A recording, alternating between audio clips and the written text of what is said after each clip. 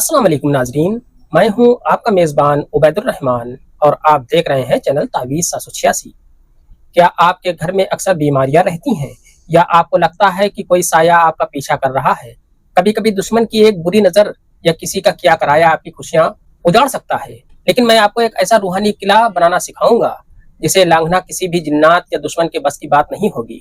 Video को आखिर तक देखिए क्योंकि इस नक्श को लिखने की एक खास रूहानी चाल है जिसके बिना ये काम नहीं करेगा।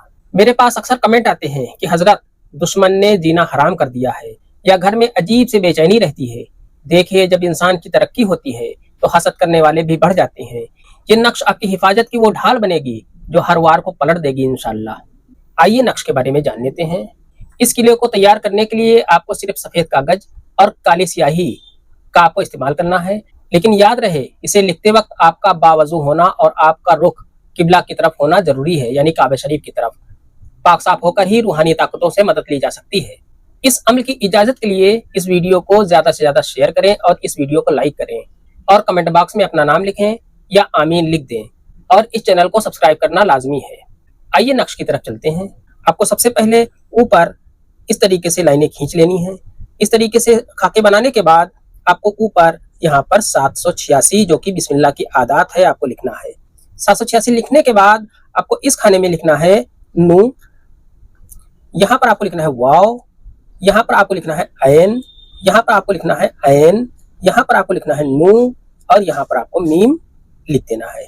इसके बाद आपको यहाँ पर लिखना है अलिफ, यहाँ पर आपको लिखना है रे, यहाँ पर आपको लिखना है लाम, यहाँ पर आपको लिखना है सीन, यहाँ पर आपको लिखना है वाव और यहाँ पर आपको लिखना है हे। इसके बाद आपको नीचे यहाँ पर लिखना है अलिफ लाम मीम। इसके बाद आपको यहाँ पर लिखना है अलिफ लाम रे।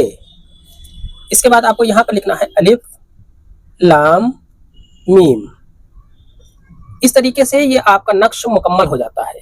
जैसे जैसे आप ये खाने भरेंगे, दिल में ये यकीन रखें कि अल्लाह की हिफाजत आपके चारों तरफ एक दीवार खड़ी कर रही है।